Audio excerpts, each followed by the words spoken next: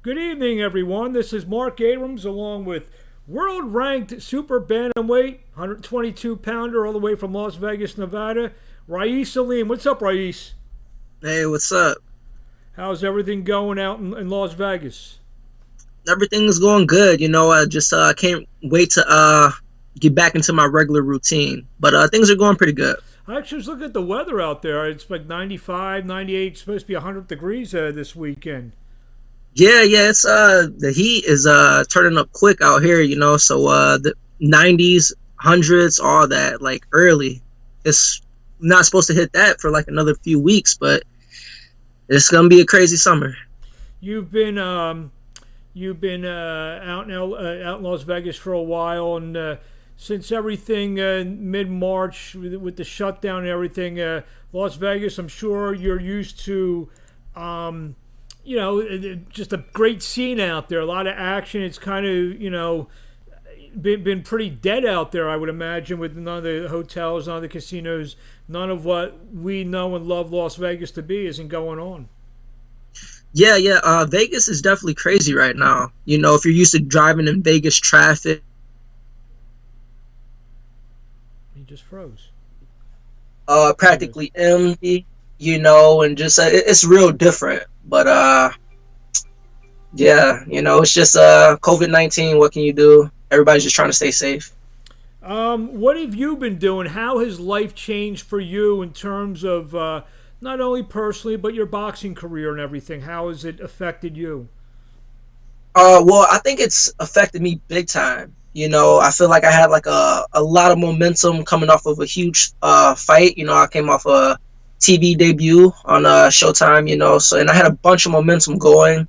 I was looking to make a huge statement all year. So now I just have to find a new routine. The boxing gyms is kind of closed down and this and that. So me and my trainer, we still been doing our thing, hitting the mitts and trying to hit the bag and work on technique. I feel like not now is the time to work on all the little things you don't usually have time to do. So I'm just trying to find a new routine that I like until I can go back to the old one. You said the gyms are closed. Where have you been? Where have you been able to ply your trade? Well, I usually kind of bounce around to different gyms to try to get different work. But me and my trainer, we kind of have a setup like in his garage and everything. He has a bag with the mitts and stuff like that. So right now, that's kind of been our setup. But another trainer, we're probably going to start going to their gym maybe sometime next week and do some different things. That'll be our first time going there. One of the questions I've been asking a lot of the fighters I've been talking to, it seems like when when stuff picks back up, there's gonna be a lot of people, wanting to get on these slots that are gonna be there, and it's probably gonna come quickly.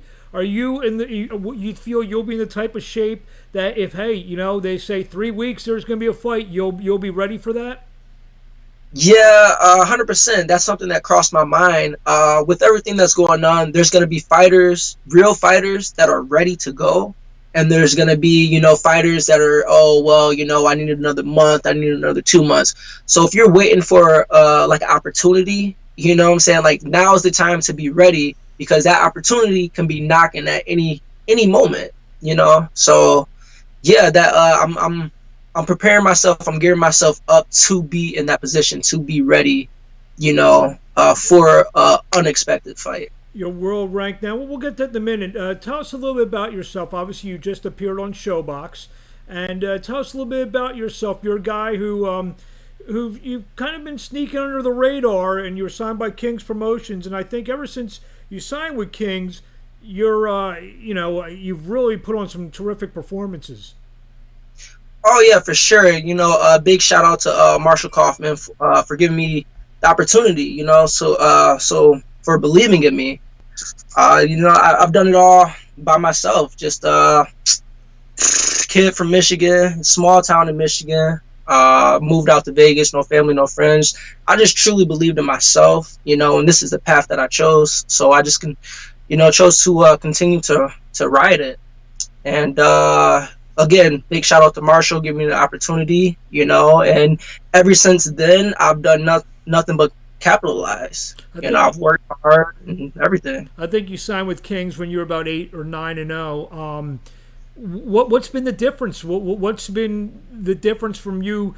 I mean, I've seen every one of your fights with Kings, and it seems like every fight you've kind of turned it up a little bit more with each outing. Right, right. I feel like just the experience. Like, this is the first time in my career to where I've actually fought on a consistent basis. You know, and that's not because of injuries or me not being ready. That's because other fighters not willing to step up and take the challenge. You know, whether they're undefeated or what. You know, so it's just been hard. Just trying to stay busy. Just trying to get better. I feel like every fight I'm getting better and better. Like, you know, my performance shows that. I'm sitting on my punches more. I'm thinking more. And I think moving to Vegas has a lot to do with that. What was What's that? I was gonna say, what was the feedback you got after the big win on Showbox? What kind of feedback did you go back and watch the fight? Kind of break it down, critique yourself. I actually wasn't able to watch I've only seen the fight twice. I didn't watch it until like a week afterwards. Did you go back and critique yourself and, you know, see what you did right, see what you did wrong? What did you take out of that performance? Yeah, I definitely critique myself. I feel like I'm my biggest critic. I've seen some mistakes, some easy mistakes that are like easy fixable. You know, then I've seen a few harder mistakes that I can try to control. Now that you're ranked in the WBA, do you look at the rankings and see who's around you and see potential opponents, and what do you make of that? Yeah, I've looked at it, and I'm mad I'm not number one right now. You know, I definitely want to fight with Fulton. I want Stephen Fulton big time. You know, I fight in Philly a lot. He's a Philly native. I'll fight him in his backyard and give him his first loss. You know. You mentioned Philadelphia and Stephen Fulton and everything. Obviously, Philadelphia is known as one of the great fight towns out there. You're a guy originally from Michigan, now in Vegas. What's it like to fight in a place like Philly that's known for, you know, its fighting going back a long time? Oh, it's great. You know, like the city of brotherly love. Philly's a fighting city.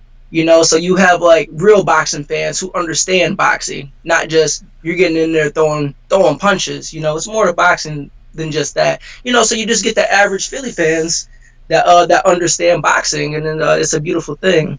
You know, so after one of my fights, you know, well, this might have been a year ago. You know, just a random fan, you know, wanted an autograph, signed the autograph, and then he was just telling me some things that he liked that I did and stuff like that, and you could tell he knew what he was talking about, so it was pretty cool. But he was just an average fan. I know you fought there several times and been in Philly several times. Have you gotten a cheesesteak yet?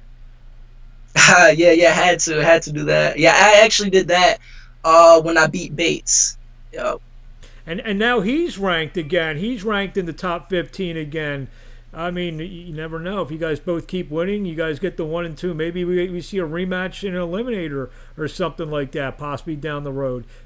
You know, I seen that, and I actually seen he was ranked higher than me, and I was like, how? Like, it was crazy. But I don't care who I fight as long as as long as it makes business sense. Mm-hmm. You know, whether it's a payday, whether it's a ranking, whether it's a belt. You know, I'm just trying to climb. So if I gotta fight you to climb, I'm gonna fight you. I'm gonna beat you. I'm gonna knock you out. I don't care. But that's gotta happen. The last bunch of fights you actually mentioned knockout. You scored several stoppages in your last handful of fights. You feel like you're becoming more of a power puncher, more of a knockout, a stoppage kind of fighter than you were maybe earlier in your career. Honestly, I do, and I feel like it's because I'm growing more as a fighter. I'm fighting more on a consistent basis, so I'm able to adjust a little bit more. But for sure, like that's something my trainer and I have been working on, turning our punches over, putting our body into the punches more, and also the punch selection. But I'm definitely growing as a fighter. I am hitting harder.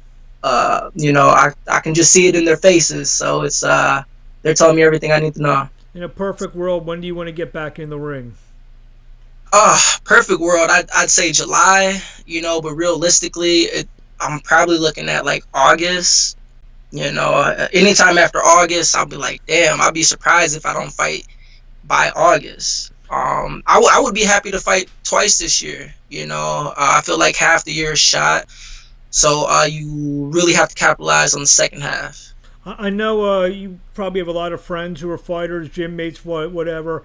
I mean, have you been keeping in touch with them and see what they're up to and whatnot, and just I guess trying to, I guess I don't want to say misery loves company, but obviously you guys are all a little disappointed that you're not fighting. You've been getting the stories, kind of talking about what you need to do with your gym mates or some of your other fighter friends out there. Um, yeah, I got fighter friends out here. It's just kind of everybody's going through their own thing. Whether maybe somebody's depressed, maybe they had a big payday coming, or a big fight or something like that, and that got canceled, so they're kind of in the mood, and then you got the other fighters that are still grinding, getting ready. I did link up with one of my friends, and we did some drills and stuff like that, so that was cool. But for the most part, it seems like everybody's just kind of doing their own thing, and it's kind of sporadic. Couple more questions here. Where can we find Raeese the Beast Aleem on social media? Um, Facebook I mainly use for like family and like close friends, but All right, you so can find me. so people out there don't hit him up on Facebook. That's not. It's only family and friends. So what are the other ones? It'd be Instagram. You can find me at Raeese Aleem Boxing on Instagram, and we're gonna be putting a lot more training videos up there as far as sparring, hitting the mitts, and just a few other things. Anything you want to say to the fans out there in closing before we let you go? Fans, just the first half of the year is kind of shot, but please stay tuned to the second half of the year for boxing in general, and please watch me and my career, Raeese Aleem Boxing. We're doing big things. We're gonna make it happen. One to watch for the end of 2020 and beyond, Raeese Aleem. Thank you for a few minutes of your time, and stay cool out there.